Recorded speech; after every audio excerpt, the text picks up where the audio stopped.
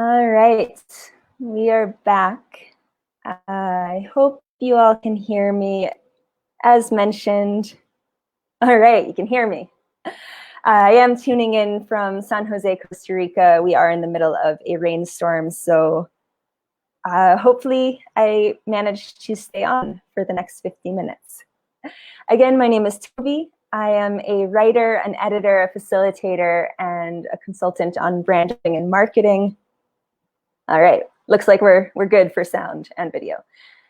And I also just completed the Kickstarter campaign for my first book, Vagabondess, A Guide to Solo Female Travel, and I'll be publishing that sometime next week.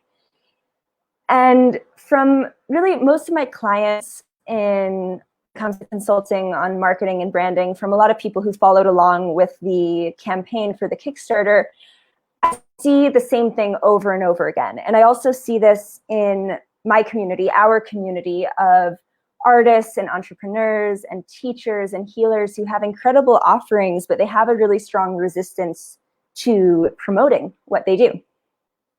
And what I've realized, the more I work with people on this, on branding, on creating their brand, promoting their offering, whatever their offering is, the more I realize that it's not just that we don't know how to do marketing or we don't know where to start with promoting what we do. It's that a lot of people really don't want to. So there's this resistance to marketing, right? And so before I continue, I want to invite those of you who are tuning in live to share in the comments a couple words that come to mind when I say self-promotion, or a couple words that come to mind when I say marketing. So feel free to share in the comments if you are tuning in. And if we don't get any, I can just tell you what mine are.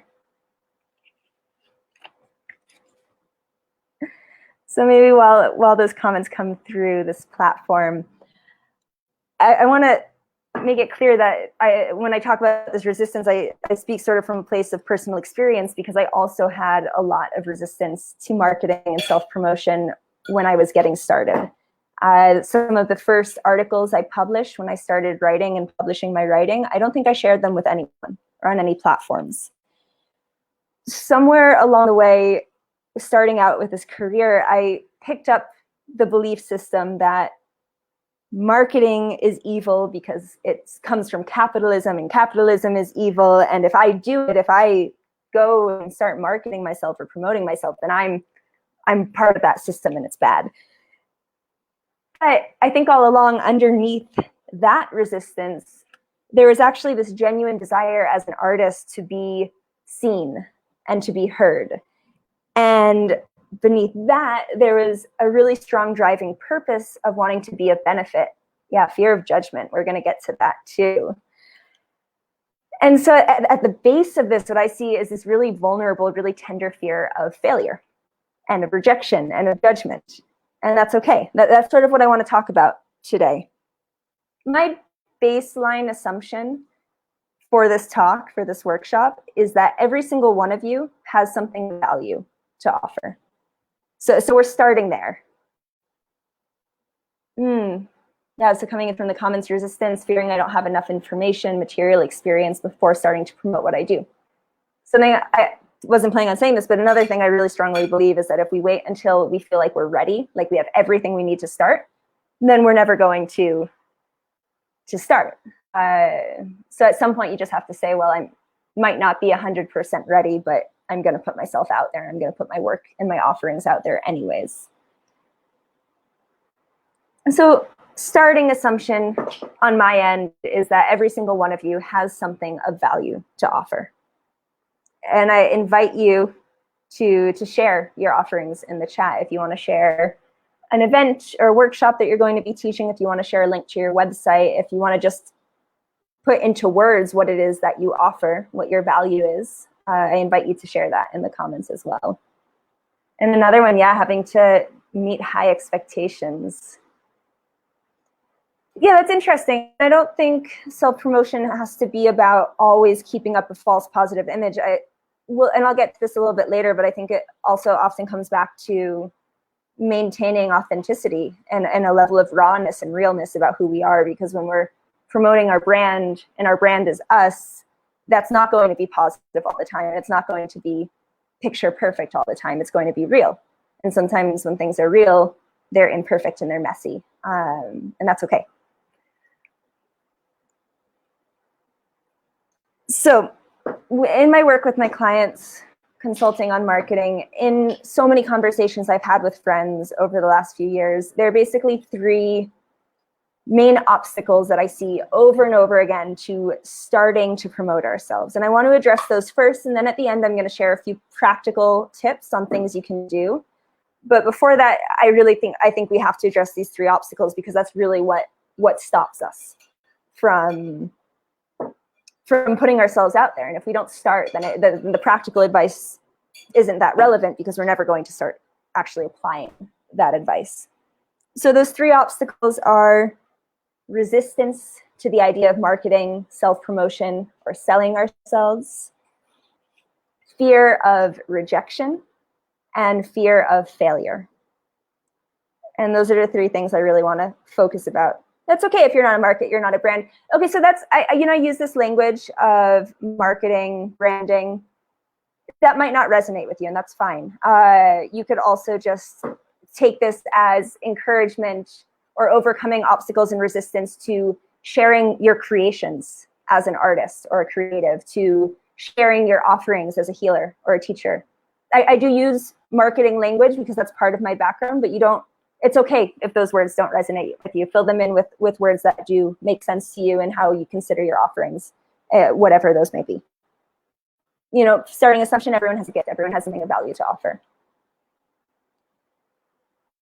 So first thing is this resistance to, well, speaking of resistance to marketing, there's something that I hear a lot, and I think it's rooted in reality, but I think it's also a myth. And that's that marketing is the same thing as tricking people into buying something that they don't want or that they don't need. And that myth has roots in something real, which is when you look at sort of corporate, large-scale advertising. Modern advertising does hinge on basically creating a need, inventing a need, and then selling someone the solution to that problem, right? So I understand if that's the association you have with marketing, then of course, that sounds awful. No, I don't want to sell anyone something they don't need or something they don't want. And I assume that none of you want to do that either. I define marketing differently. Basically, for me, marketing or self-promotion is saying, I have something of value to offer. There are people out there who want what I have, who need what I have, who are interested in what I'm creating and what I'm teaching and what I'm doing. If I don't put my work out there, they are never going to be able to find me, and they're never going to be able to benefit or enjoy or share what I'm offering. And an example of this, so as I mentioned, I'm about to publish my first book. I just ran a month-long Kickstarter campaign that got almost double the funding that I was seeking for it. I have friends and colleagues who have written books and published books, and if you've written a book, it's hundreds and hundreds and hundreds of hours of work. It's a crazy amount of work to write the thing. And then they publish it, and then they don't tell anyone that's published. And there, 100% guarantee you there are people out there who want to read that book. I absolutely believe that there is an audience for everything. As a few examples, take a look through Amazon, take a look through Netflix, look at porn. There's an audience for anything you can create. So it's not a question of, are there people out there who want this, who want to read this? It's a question of, do they know about it? And if you don't put it out there, then they're not going to know about it. And I think sometimes we sort of hide behind this that saying, if you build it, they will come, right? We want to believe that it will just create something beautiful, offer something beautiful, and the people who want it will magically appear. That could be true, if you have a big corporate advertising agency doing all of the heavy lifting for you, if you write for a large magazine publication and they're publishing your work, if you teach at a large school, yeah, stepping out of your comfort zone. Exactly. That's what this is all about, is stepping out of your comfort zone. And so there are, I want to acknowledge that there are other ways to do this. You don't have to go the self-promotion route. I'm offering this really for all the people that I know are out there, because I've talked to a lot of you personally who do want to self-promote, who do want to market their offerings and are getting hung up on some of these sort of base obstacles. And they're not even getting to the point of learning about marketing or getting to the actual techniques and tactics of promotion, because they're getting hung up back here and these obstacles and this resistance and this fear. And so moving on, because I'm talking more than I thought I would. So if you believe that marketing is about, if you just follow me on this journey, and we agree that marketing is about reaching an audience who is out there, who can't find you if they don't know you're out there. So marketing is about getting your work in front of the people who might be interested in it, who might want it. Then the question becomes, what is my purpose? What am I trying to do and achieve as an artist, as a teacher, as a healer, as an entrepreneur?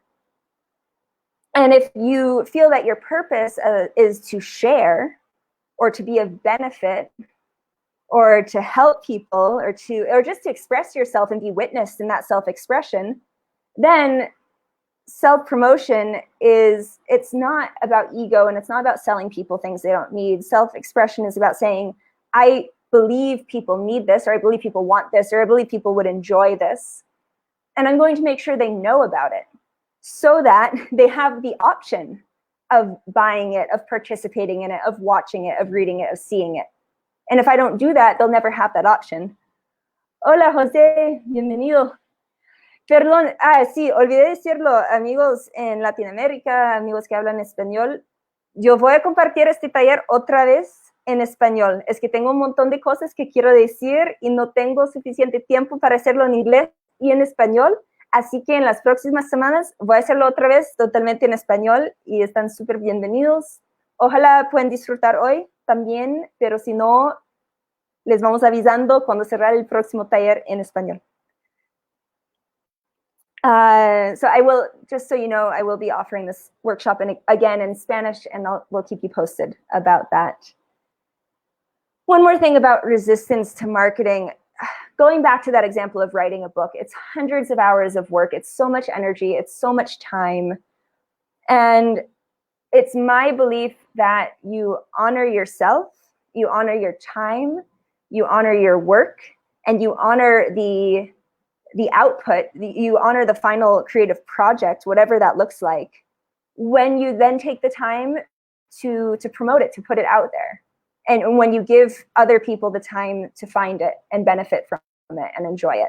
And so that, to me, as a creative person, as a teacher, that's a really important last step in actually sort of fulfilling our purpose, whatever we feel that our purpose is. If that purpose involves reaching other people, then putting it out there, putting ourselves out there, and self-promotion, it's the last piece of the puzzle. And something is missing if we don't engage with that. Gracias, José. Espero verte pronto para el taller en español. Okay, so let's move on to fear of rejection, because I know how vulnerable and how scary it is to put your work out there, to put yourself out there. So I have a rhetorical question. I'm going to answer it myself, but if you want, you can also share your answers in the comments on the video. Why is it so easy to promote other people's work? You know, a friend shares a new music video, a new article, a new piece of art, they're offering a workshop. We don't think twice about sharing that with all of our friends, sending it to all of our WhatsApp groups, posting it on Facebook, posting it on Instagram, however we share things. Of course we're going to share it, because our friend is amazingly talented and they're offering something incredible and everyone should know about it. Why is that so easy? And then when it comes time to do the same thing for ourselves, it's suddenly so difficult, and we choke. we stop there, and we have this fear, this sort of automatic reaction to doing that exact same thing for our own offerings. And as the way I see it is that there's a level of distance that we have from other people's projects and other people's art, other people's offerings. So to promote somebody else, it doesn't feel so personal. And if no one comments on that post, if no one goes to that workshop, that's too bad, but it's not about us. And so it doesn't feel so scary to risk that rejection or risk that failure. On the other hand, when people reject our own art, our own classes, workshops, retreats, business, product, offering, whatever it may be, that feels so personal, and it doesn't feel good when that is rejected, or when people react negatively to it. I think someone mentioned that in the comments, like negative feedback feels really bad, of course. And even worse, sometimes the negative feedback is no feedback, when you share something and they're just crickets. And it feels like people are actually rejecting us as human beings. The good news is that that's actually not the case. We are more than our work. We're more than our business. We're more than our offerings. We're more than our creations. So people might, sometimes we will not be successful. Sometimes our offerings will be rejected or receive negative feedback. That doesn't mean that they're rejecting us or that we're failing as human beings. And I've had this conversation with a lot of people, and we actually forget that. So just, in this moment of doubt or fear, vulnerability, just remember that you are more than whatever it is that you're putting out there in this moment. And so going back to basically the title of this workshop, but what if no one likes it? That's sort of the question that stops us so many times from sharing or from promoting or from marketing what we're creating. And I have 6 answers to that question that I believe to be true. And I forgot to say at the beginning, basically the way this talk emerged is that I've had the same conversation with so many people, the same questions and the same fears come up over and over and over again, and basically took sort of the core theme that I've seen in all of those conversations with clients and friends, and I took all of my answers and I tried to condense them into as short a presentation as possible, because I do want to leave time for anyone who wants to ask questions at the end. So this is a question that I've asked it myself in moments of doubt or vulnerability, and a lot of people I know also get stuck on this question. So, but what if no one likes it? Answer number 1, you are not a bad person. As I just mentioned, you are more than your work. Even if no one likes it, it doesn't mean you're a bad person. 2, it doesn't mean it doesn't have value or that it's worthless. You can't please everyone. You're never going to please everyone. Not everyone is going to like your work, and that's okay. That shouldn't be the goal. 3, there's an audience for every artist. There's a student for every teacher. I think I already went over that in a lot of detail, so I'm not going to say more about that, but if no one likes it, consider the possibility that maybe just the right people haven't found it yet. 4, if you touch one person, it was all worth it. I've published articles that reach hundreds of thousands of people, and I've published work that reaches 100 people or 200 people. And at the end of the day, what keeps me writing, what keeps me creating art, what keeps me sharing aren't the view counts or the sort of the metrics, the numbers. What keeps me going are the occasional messages that I get from people who read my work and take the time to write to me and say, wow, that really touched me. Or that I really needed to hear that today. I really needed to hear that this week. Or that completely inspired me to take the step in my life, or to go after this dream, or to overcome this challenge or this fear. And I think I'm going to talk a little bit more about this in a minute, but we can define success in different ways. And for me, those sort of individual moments of connection make it all worth it. And so is it that no one likes it, or is it that 100 people didn't like it? Because if one person really loved it, if one person really benefited from it, then to my mind, that makes it worthwhile. 5, and this is maybe the most important one for this fear of rejection. Nobody is going to believe in you as much as you do. So you have to believe that your work has value. No one else is going to ever believe that more than you do. So your starting point as an artist or a teacher, a healer, an entrepreneur has to be that this is worthwhile, that this is valuable. Because if you don't believe that, you're never going to get to the point of really committing to promotion, really committing to marketing, really putting yourself out there. That belief has to come first. I think so. And 6, what if no one likes it? If that's the worst thing that happens, it's okay. It's not the end of the world. You'll create other things. You'll offer other classes and workshops. It's really actually okay. So, if the worst thing that happens is no one likes it, no one comments, no one comes, fine. I've taught so many yoga classes to empty rooms. I've put together retreats that I thought were amazing, unique experiences, and nobody booked them. I've written articles that nobody read. I've read poetry that no one cared about. It's okay. So moving on to the third section, fear of failure. That's part of it, especially in creative work. Like, failure is part of it, especially in business and entrepreneurship as well. Not everything you put out there is going to succeed. And so I wrote here in my notes, anyone guaranteeing you success is probably lying to you, because there are no guarantees. It's vulnerable to put your work out there. It's scary to put your work out there. It's risky because you have no guarantee ever that it's going to work. No one can promise you that.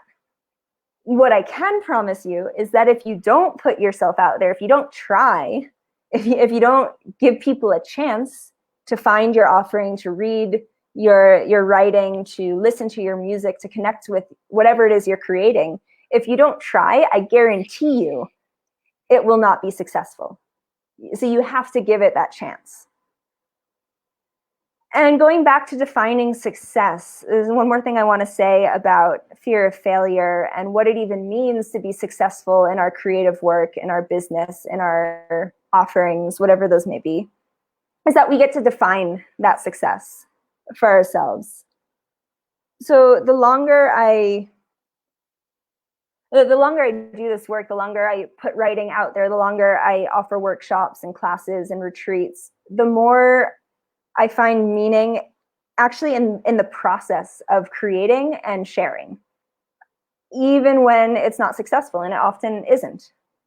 And if you define success, and I define my success as living an integrated life, as living in alignment with my purpose, with my passion, then every time I try to do that, every time I put out an offering that is in alignment with my passion, that feels meaningful to me, then I'm already succeeding.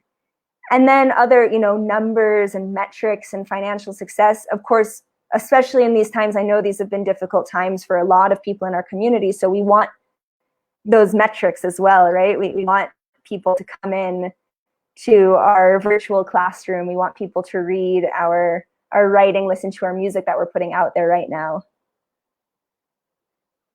And so that those kinds of success are important as well.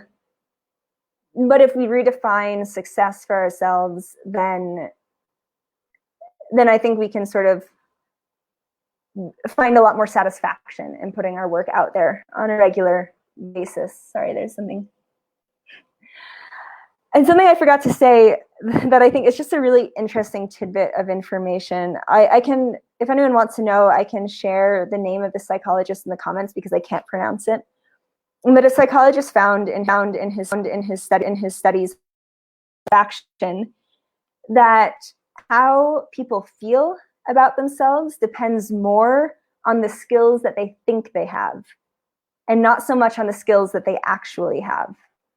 In other words, if I believe that my writing has value, that's more important to my personal happiness and satisfaction and confidence than the actual objective quality of my writing or of my music or of my classes. And so someone had mentioned in the comments early on that resistance, that fear that they don't have enough material or experience to start promoting what they do. And so from this perspective, it's more, well, how do you feel about the value of what you're offering right now? And if you can believe that it's valuable, if you can believe that you have that skill, then you can already achieve that other definition of success, which is feeling happy, feeling integrated, feeling aligned, feeling confident and satisfied in what you're putting out there.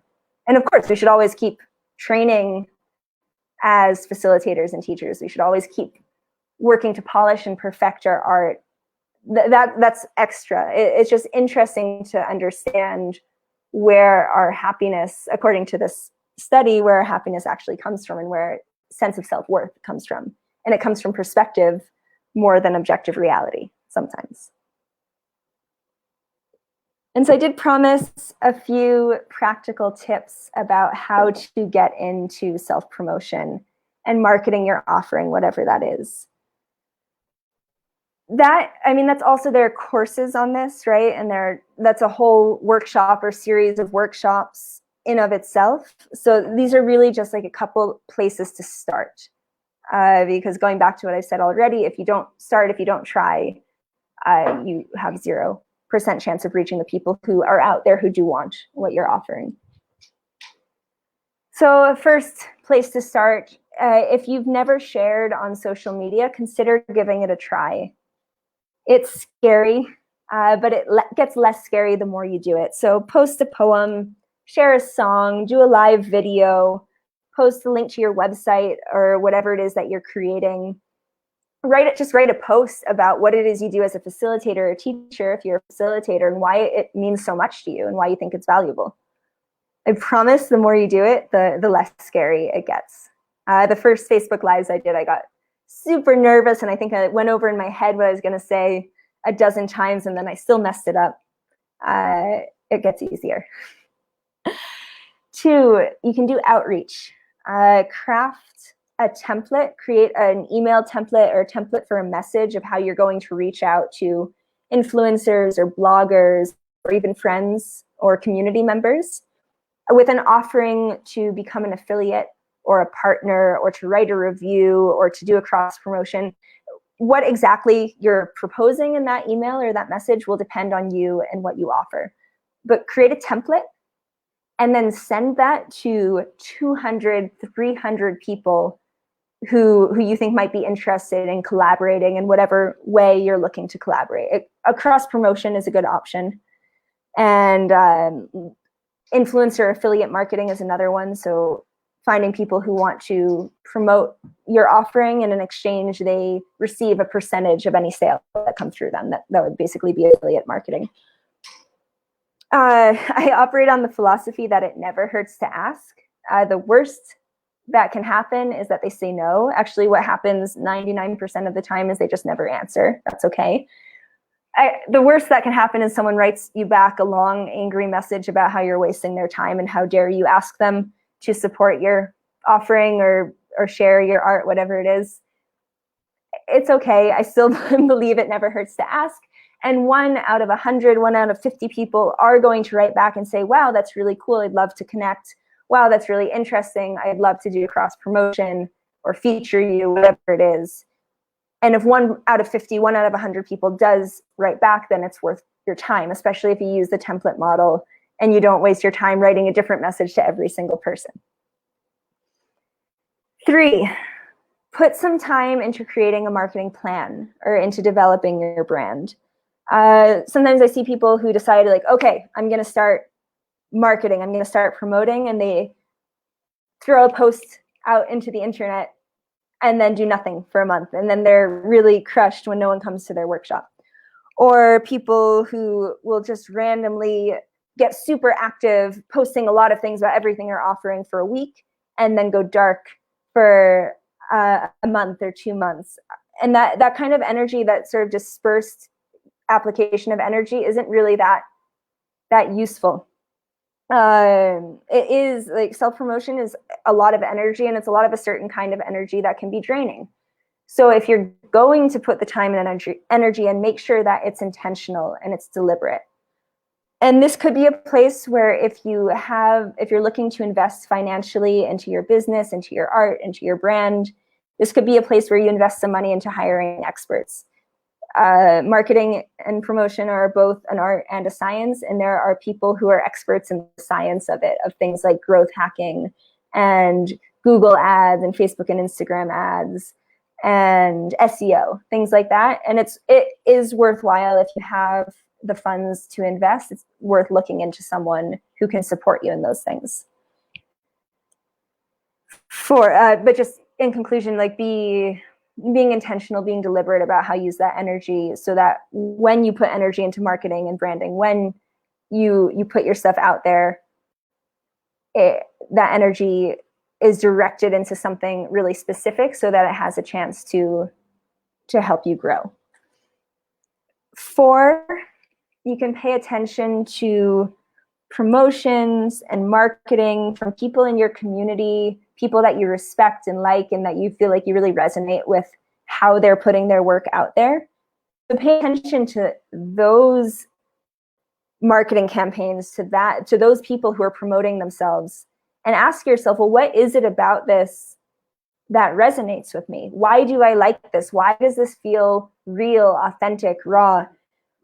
And whatever those qualities are that are making you connect with that specific marketing or self-promotion, think about how you can apply those same qualities to how you share about your art, your work, your offerings. Things that probably will come up that will connect are things like authenticity, things like it feeling natural and real and human, down to earth, humorous, raw, vulnerable, and engaged with the audience or community. And finally, my last tip, it's slightly less practical, but still, and it goes into my list of practical places to get started, is get clear on your why. So going back, if purpose is a big word and that scares you off, just call it, like, it's a really simple question. Why am I putting this out here? This could be a class, a retreat, a product, a healing offering, a piece of writing, a piece of music, whatever it is. Get clear on why you want to put it out there. And as I mentioned, and it bears repeating, some of those whys might be things like wanting to be of benefit to the world, something that grandiose, or it might be something as simple as, I think people will like it. I think people should see it. I think there's somewhere out there who needs to read this. I feel like I have something that can benefit other people, and I want them to know about it. So get clear on your why for in any given moment that you're thinking about putting something out there. Because once you're really clear on that why, what's your motivating, driving reason for putting this out there, then all of the rest becomes quite a bit easier. Then it doesn't seem so daunting to put your work out there, to promote yourself, to market. And all of those obstacles that I just went through become a little bit more surmountable. And there's about 10-15 minutes left for questions. So I would love to hear from you guys who are tuning in live. If you have any questions, if you want more information about something, please share those in the comments right now. Anna, thank you so much for joining in. I'm glad you were able to make it for part of it. And so I'll hang out here for a few minutes in case people have questions. I think there's a delay in the live video stream. I'm gonna drink water.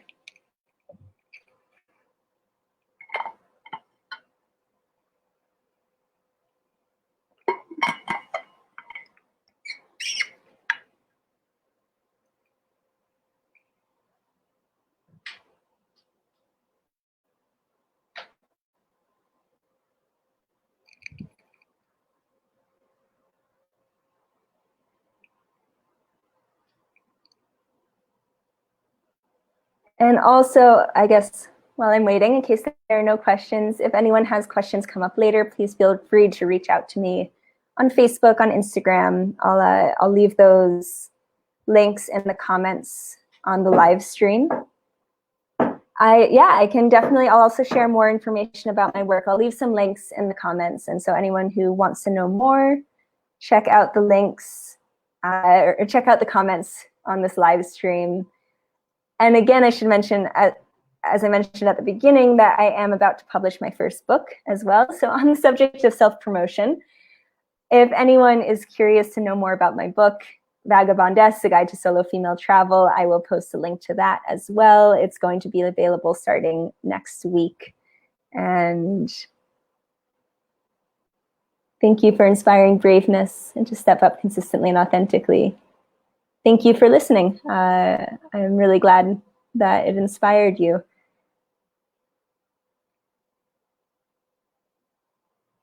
Selva also wants more information about my work. All right, so I think the next step then is for me to leave you guys some links in the comments. You can also find me on Instagram at Toby in the World.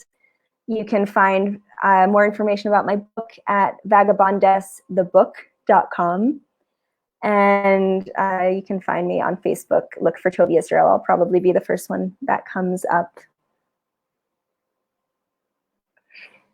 Well, guys, we have, yeah, there is a delay, but I think it's time to close out a little bit early in 45 minutes. Oh, I see. Stepping outside of the area where I have a professional image. Yeah, that's been interesting for me as well, because I work professionally as a writer and editor on marketing things. And then as an artist, as a creator, as a writer, I put a lot of work out there that's quite separate from my professional image. And I think at a certain point I decided that if anyone had a problem with what I was putting out there as an artist, that probably wasn't the right employer for me, and that's how I've resolved that. But there are other ways. I mean, people who really want to protect their professional image will sometimes publish under a pseudonym if they're writers, or they'll just create sort of like a different persona for themselves to share creative work, for instance.